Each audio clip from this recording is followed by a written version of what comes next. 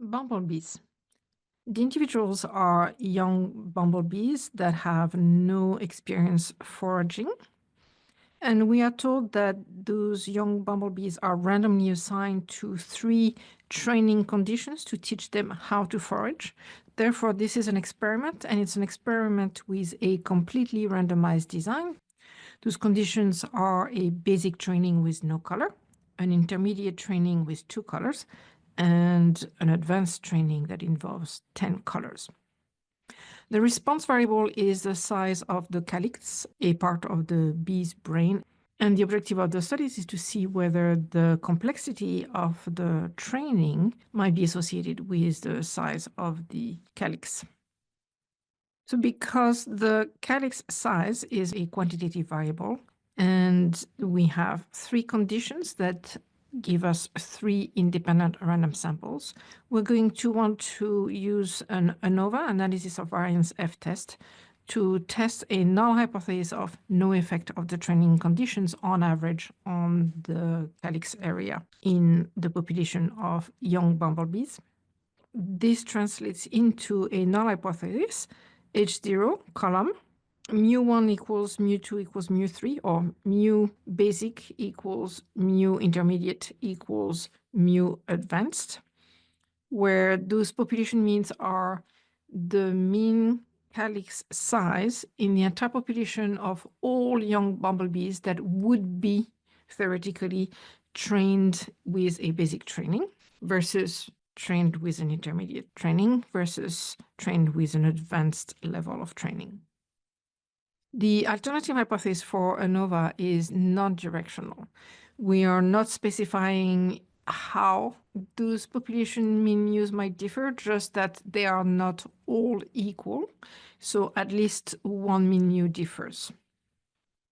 Before we run the analysis of variance F-test, we need to check that the conditions for inference are met. So first, we have a set of young bumblebees that were randomly assigned to 3 training conditions. And so we have 3 independent random samples. So this is one of the conditions for ANOVA. The second condition is that we must have either normal data or a large enough combined sample size. So in Crunchit, if we look at the raw data and we plot it using side-by-side box plots, we see that the distribution of calyx sizes is roughly symmetric in each of those groups. So we don't have an issue with lack of normality. The third condition that we need is that the sample standard deviations are similar enough. So statistics, descriptive statistics.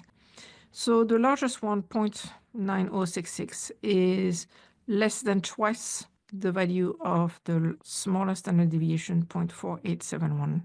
And therefore, the sample standard deviations are similar enough that this third condition for ANOVA is also met.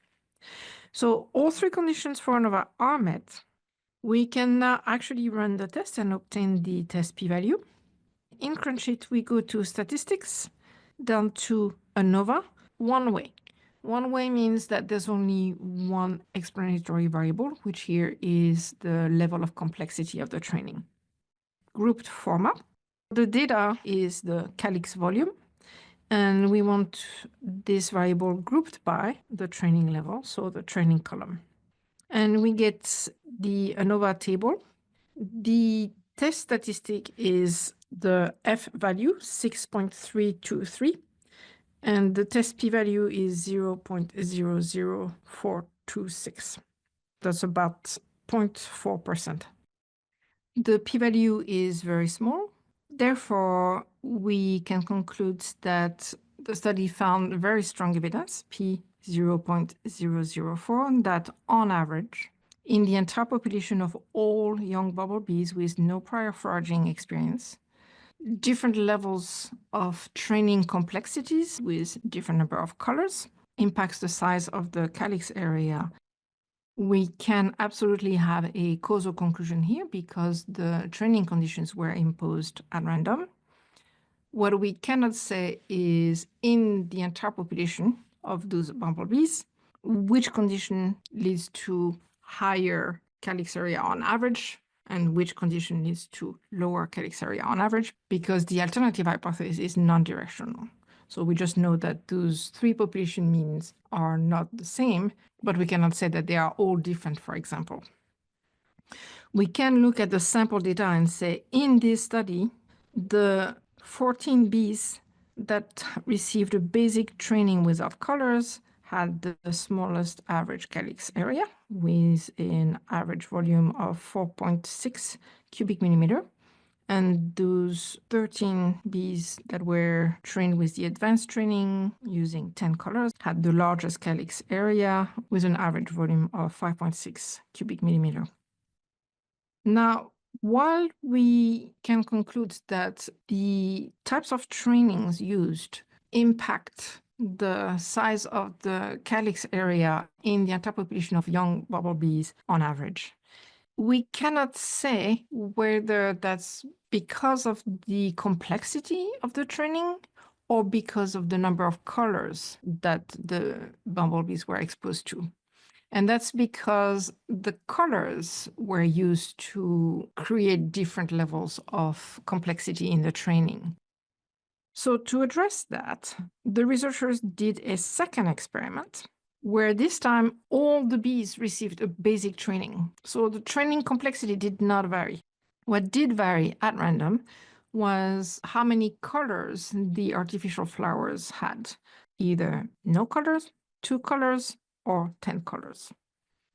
Now, in this second experiment, we are told that the average calyx volume did not differ significantly with the different number of colors imposed, p 0.775.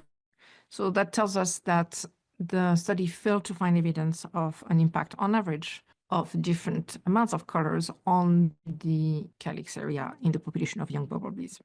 So this suggests that the effect that was found in the first study is most likely because of the complexity of the training and not because of the amount of colors used.